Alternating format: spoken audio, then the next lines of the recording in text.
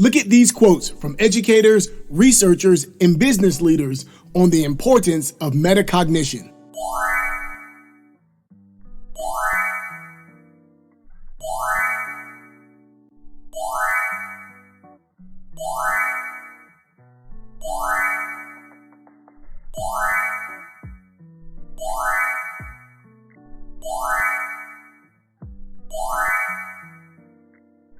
Why are these people so enthused about metacognition?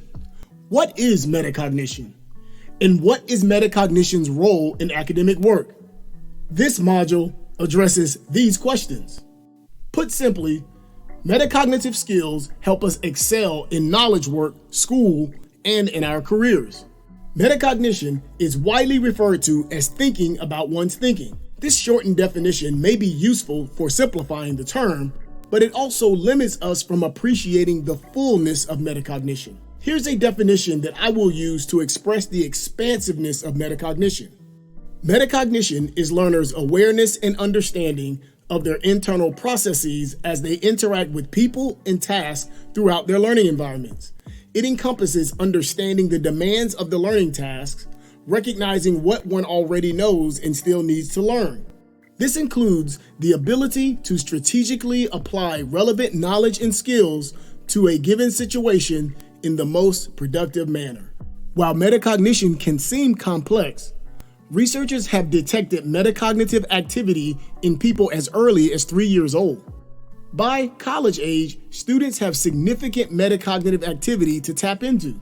For example, when we recognize that we did not fully understand something, this recognition is valuable metacognitive activity.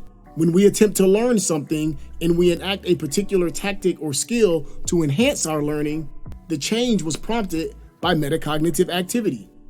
And when we progress from remembering a definition of a term to being able to apply the definition to a situation, that progression was prompted by our metacognitive activity.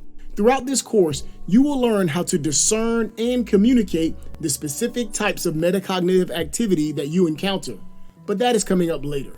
If you want a deeper dive into metacognition, I suggest you check out the metacognition playlist at the LearnWell Project's YouTube channel. And don't forget to subscribe, leave a superb comment, and click the notification button.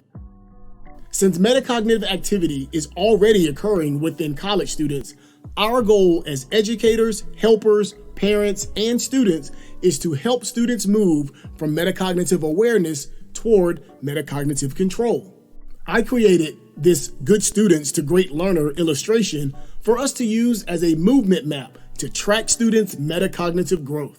Your goal as an educator, student, or someone working with students is to move from metacognitive awareness toward metacognitive control, because research suggests that individuals with metacognitive control are better learners, advance faster in their careers, and are better citizens. Therefore, our work with students will likely begin at stage 1, unconscious usage. Students' metacognitive conditions are present but untapped. To move students to stage 2, we must pique their interest in the topic by exposing them to metacognition and showing them how improving their metacognitive condition can help them achieve their goals. For example, an educator might tell students at the beginning of a course that the class is going to be challenging, so you are going to need to tap into your metacognitive powers to excel, and then proceed by using the Think Well, Learn Well diagram or one of the other tools I share throughout this course. A different professor might wait until after the first exam, when students have performed surprisingly lower than expected and are more likely to listen and take advice, to introduce them to metacognition. When students are at stage 2,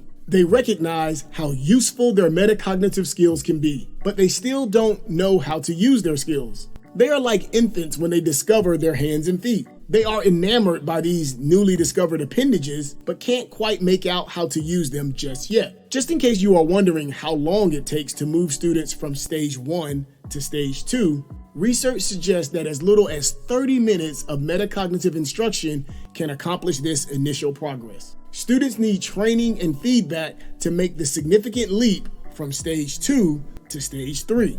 Stage 3 is when students possess new metacognitive skills, such as the ability to differentiate among thinking skills or decode course outcomes. However, the skills are new and require lots of concentration to use. Getting to stage 3 is a monumental achievement because it signifies that students have greater awareness of their internal conditions, positioning themselves for significant improvement. Training activities can include further lessons on differentiating among thinking skills or how to make key learning relationships that produce metacognitive leaps in learning. Moving to stage 4 requires practice and experience. As students use their new skills, they will gain greater metacognitive control, which empowers them to learn better, faster, and with less wasted effort.